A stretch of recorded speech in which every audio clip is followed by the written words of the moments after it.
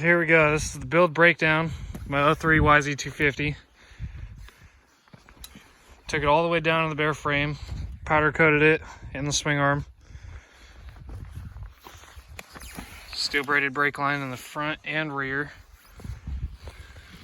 Typical bling parts, yz250X clutch springs, FMF exhaust. Guys at P3 sent me a bunch of carbon fiber protection parts. Sponsored this build, were a huge help. Some more bling parts. Trailbound was nice enough to custom make me the seat grab, the Thrill Seeker seat cover. Say what you want about the design, I'm not crazy about it. Best sticker ever. Currently running the IRC VE33S rear tire. Really like it on my KTM, so I decided to throw it on the Yamaha. Primary drive, X-ring gold chain, Mika metals, front and rear sprockets, stock yz250 gearing, TM Designs chain guide, Tusk wheels.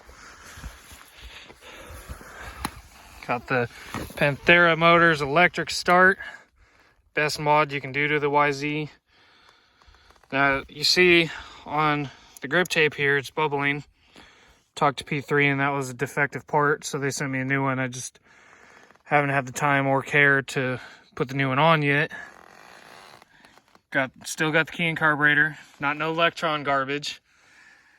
With the custom blue hoses, more bling parts, Tusk shifter. Haven't bent it yet, surprisingly. Apex was nice enough to make me a custom head, and I also had a custom ignition cover, but when I went to the electric start, I had unfortunately remove it. It was a beautiful piece. If you guys follow my Instagram, you'll see it. I'll have that linked in the description. 06 yz450 rear shock. Pro Taper contour bars. I think they're the Henry Reed bend. Nice Trail Tech hour meter. Got 23.2 hours on it. Cycra handguards. You'll never see this on another Yamaha. Full Brembo front brakes. One of the best things ever on a YZ. And then this really neat swiveling gas cap. So if you notice the lettering here, it doesn't move when you unscrew the cap. At the button over here, I had to extend the wires because they wanted it on the left side. But I like my button, the kill switch, to be on the left side. So it's like my KTM. I unfortunately had to get rid of my Brembo clutch due to the very tight tolerances between the cable and the starter motor with the cylinder. So until I get that figured out, fortunately rocking the cable. Kind of sucks because the Brembo is really nice. Very unused Kickstarter now.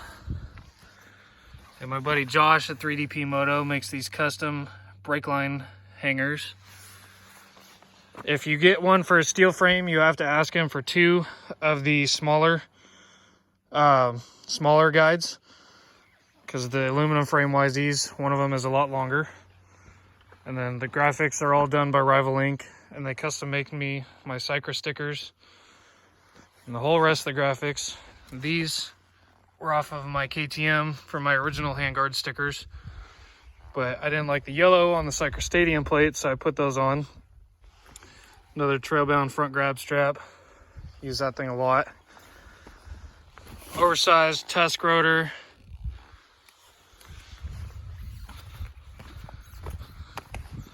Ported and polished the cylinder a little bit. Not too much, just enough to get a little more bottom out of her.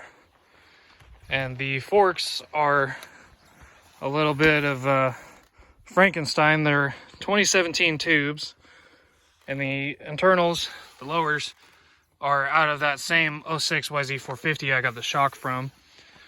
I got the 2017 clamps on here, rubber mounted with Pro Taper bar mounts. And it's nice because everybody knows that these old YZ250s, you have to drill out the fenders. Don't have to do that anymore.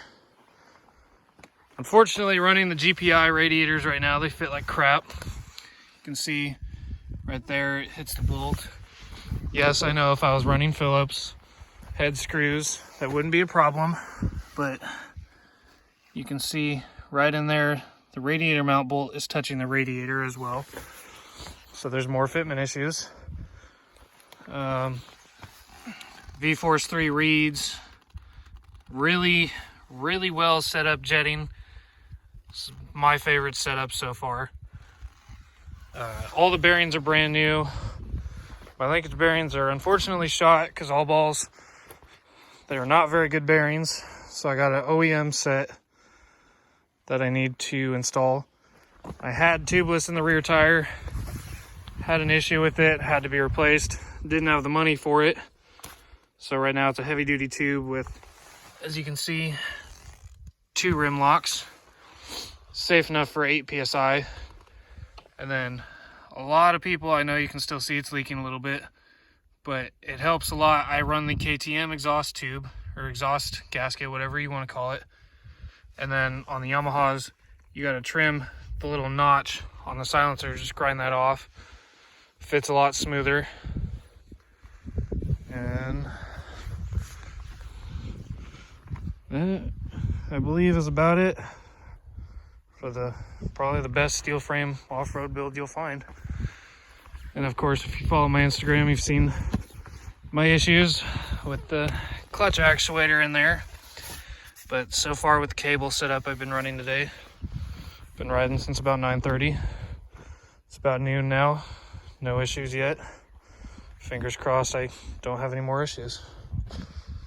So I'm sure most of you guys watching this video have seen the bike since the start of the build on my Instagram or my Facebook if I know you personally.